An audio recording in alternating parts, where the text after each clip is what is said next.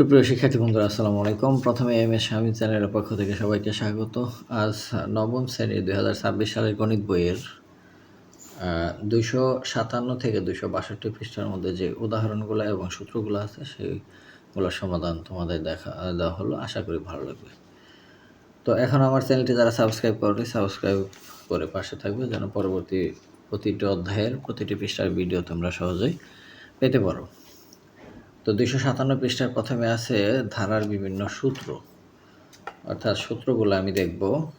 এখানে যে সূত্রগুলো আছে সব সূত্র আমি এক জায়গায় একটা পৃষ্ঠায় করে তোমাদের দেখাবো। প্রথমে n সংখ্যক স্বাভাবিক সংখ্যার বর্গের সমষ্টি, আমরা শুধু সূত্রটা দেখাইছি, এখানে প্রমাণ সহ দেওয়া আছে। প্রমাণটা এত প্রয়োজন নাই, শুধু সূত্রটা আমাদের মনে রাখলেই হবে যে n সংখ্যক স্বাভাবিক সংখ্যার বর্গের সমষ্টি হচ্ছে n into n plus one into twice n plus one ভাগ হচ্ছে 6, হলো n সংখ্যক স্বাভাবিক সংখ্যা বর্গের সমষ্টি। এরপর ২৫৮ পৃষ্ঠায় আছে যে প্রথম n সংখ্যক স্বাভাবিক সংখ্যার ঘনের সমষ্টি। তো n সংখ্যক স্বাভাবিক সংখ্যার ঘনের সমষ্টি হচ্ছে n into n plus one ভাগ 2 সেকেন্ড ব্র্যাকেট দিয়ে এটা হচ্ছে হোল স্কোয়ার। এটা হচ্ছে n সংখ্যক স্বাভাবিক সংখ্যার ঘনের সমষ্টি। তো এই সূত্র তিনটে এখানে প্রমাণ দেওয়া আছে, প্রমাণটা দেওয়ার এত জরুরি না, তোমরা এই সূত্র তিনটে মেইনলি মুখস্থ রাখবে। সূত্র তিনটে একসাথে এখানে দেওয়া আছে যে n সংখ্যক স্বাভাবিক সংখ্যার সমষ্টি হচ্ছে n into n plus one by two, আর n সংখ্যক স্বাভাবিক সংখ্যার বর্গের সমষ্টি হচ্ছে n into n plus one twice n plus one by 6, আর n সংখ্যক স্বাভাবিক সংখ্যার ঘনের সমষ্টি হচ্ছে n into n plus one by two whole square. আবার বিশেষ দ্রষ্টব্য আছে যে 1 কিউব 2 কিউব n সংখ্যক স্বাভাবিক সংখ্যার ঘনের সমষ্টি আর n সংখ্যক স্বাভাবিক সংখ্যার সমষ্টির স্কোয়ার সেম।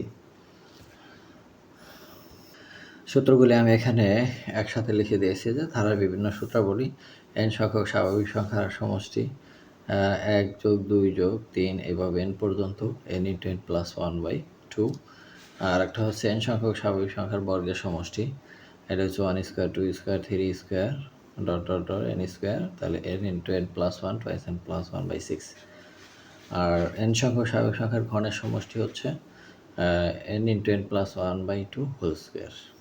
এটা হচ্ছে ঘনের সমষ্টি। তো এখানে আমরা 13.1-এর যেই অঙ্কগুলো করেছি সেগুলো সম্পূর্ণই সমান্তর ধারা, এবং আগের ভিডিওতে আমি দেখাইছি যে সমান্তর ধারা এবং গুণোত্তর ধারার মধ্যে পার্থক্য। তারপর আমি একটু আলোচনা করব, এখানে সূত্রগুলো একটু দেখে নেই যে গুণোত্তর ধারার n-তম পদ a r n minus one, আর গুণোত্তর ধারার প্রথম n সংখ্যক পদের সমষ্টি a into r to the power n minus one r minus one. আরেকটা সূত্র হচ্ছে a into one minus r to the power n one minus r, অর্থাৎ আর এনটা আগে যদি আরটা ওয়ানের চেয়ে বড় হয়, আরটা কি সাধারণ অনুপাত, আবার আরটা যদি ওয়ানের চেয়ে ছোট হয় তাহলে এই দ্বিতীয় সূত্র, এই দুই, অর্থাৎ এই সূত্র দুইটা নির্ভর করবে আর এর মানের উপর। আর এর মানটা যদি, অর্থাৎ সাধারণ অনুপাত যদি ওয়ানের থেকে বড় হয় তাহলে এই সূত্র, আর ওয়ানের থেকে ছোট হলে এই সূত্র আমরা ইউজ করব। একটু দেখাই, সমান্তর ধারা হচ্ছে এরকম যে 2 4 6 8 এরকম হবে 50 পর্যন্ত। যদি এরকম হয় যে এটা আর এটার বিয়োগফল, এইটা আর এটার বিয়োগফল, এইটা আর এটার বিয়োগফল সেম জিনিস, তাহলে সেটা সমান্তর ধারা, যদি বিয়োগফল এক হয়। আর গুণোত্তর ধারাটা হচ্ছে যে এইটা আর এটার ভাগফল, এইটা আর এটার ভাগফল, এইটা আর এটার ভাগফল যদি এক হয়, অর্থাৎ এখানে যেমন 2 আসছে, প্রত্যেক ক্ষেত্রে 2 যদি আসে তাহলে সেটাই হচ্ছে গুণোত্তর ধারা। এটা ভাগফল, এটা হচ্ছে বিয়োগফল। ভাগফল সাধারণত সাধারণ অনুপাত বলা হয় এবং সেটাকে আর দ্বারা প্রকাশ করা হয়, আর সমান 2। এটা যদি ওয়ানের চেয়ে বড় হয় তাহলে প্রথম সূত্র সমষ্টির, আর যদি ওয়ানের চেয়ে ছোট হয় তাহলে দ্বিতীয় সূত্র। এইভাবে আমরা সূত্রগুলা লিখব। এবার 260 পৃষ্ঠায় গুণোত্তর ধারার সাধারণ পদ। মনে করি যে কোনো গুণোত্তর ধারার প্রথম পদ এ, সাধারণ অনুপাত আর, তাহলে ধারাটির প্রথম পদ এ, অর্থাৎ এ আর ওয়ান মাইনাস আর, দ্বিতীয় পদ এ আর টু মাইনাস আর ওয়ান, আবার তৃতীয় পদ এ আর থ্রি মাইনাস ওয়ান, এত চতুর্থ। এইভাবে ধারাটির n-তম পদ এ আর n মাইনাস ওয়ান। এখানে এই n-তম পদকেই গুণোত্তর ধারার সাধারণ পদ বলা হয়। তাহলে গুণোত্তর ধারার সাধারণ পদ বলা হয় এটাকে, কোনো গুণোত্তর ধারার প্রথম পদে সাধারণ অনুপাত আর জানা থাকলে এনতম পদ পর্যায়ক্রমে r = 1 2 3 ইত্যাদি বসিয়ে ধারাটির যে কোনো পদ নির্ণয় করা যায়। তো এখন এবার 260 পৃষ্ঠা থেকে উদাহরণ শুরু। উদাহরণ 7 নম্বরটা আমরা দেখব যে 2 4 8 16 ধারাটির 10তম পদ নির্ণয় করো। তাহলে মনে করি ধারাটির প্রথম পদ দেওয়া আছে, ধারাটির প্রথম পদ a = 2 সাধারণ অনুপাত, এইটা ভাগ এইটা, এইটা ভাগ এইটা, অর্থাৎ 2। তো ধারাটি একটি গুণোত্তর ধারা। আমরা জানি গুণোত্তর ধারার n-তম পদ arn-1। তো arn-1 হলে এই এর জায়গায় এর মান আর বির জায়গায় বি এর মান আমরা বসাই দিই। এর জায়গায় হচ্ছে এই 2, অর্থাৎ আমি করে দেখাই যে 2, আর আর এর মান হচ্ছে কত 2 ইন্টু 2, এন এর মান কত 10 -1। তাহলে এটাকে আমরা যদি ক্যালকুলেশন করি এরকম হয়েছে। তো 2 to the power 9, 2 to the power 2 into 2 to the পাওয়ার 9, এইটারে ভাঙাইলে 1024 এরকম একটা সংখ্যা আসে।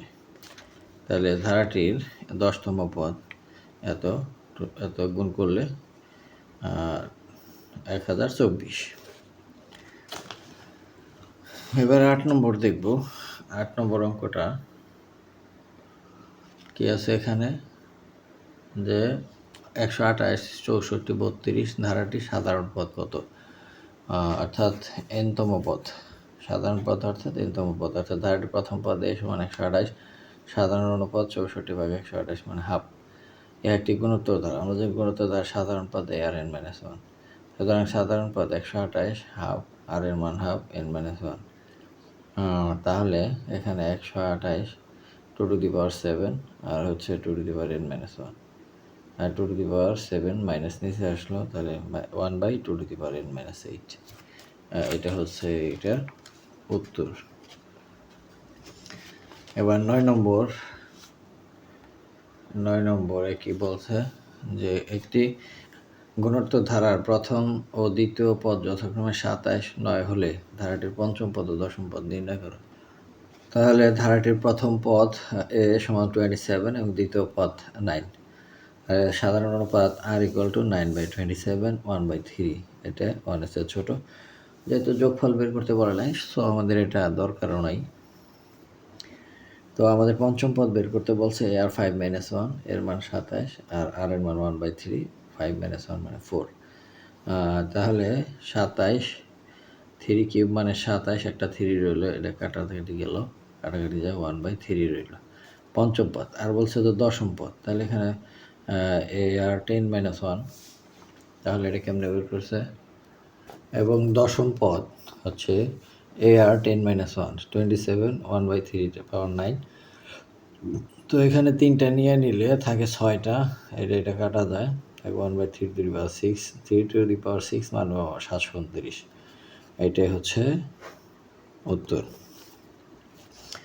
এবার সমষ্টি নির্ণয় সূত্র যদি আমি তোমাদের দেখাইছি যে SN = a 1 - r to the power n 1 - r, যদি rটা 1 এর চেয়ে ছোটো হয় আর যদি rটা 1 এর চেয়ে বড় হয় তাহলে এই যে সূত্র,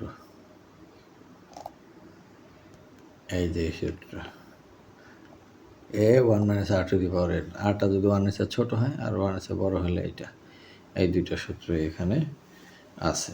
এবার আমরা উদাহরণ 10 আছে যে 12 24 48 এত ধারাটি সমষ্টিগত। ধারাটির প্রথম পদ a 12 সাধারণ অনুপাত r = এইটা ভাগ এইটা, তাহলে হয় 12, আর এইটা হচ্ছে ফল 2 1 এর চেয়ে বড়। তাহলে ধারাটি একটি গুণোত্তর ধারা। মনে করি ধারার n-তম পদ 768, আর সূত্র পর n-তম পদ arn-1। তো arn-1 এইটা, ঠিক আছে। এখান থেকে আমরা n এর মান বের করব।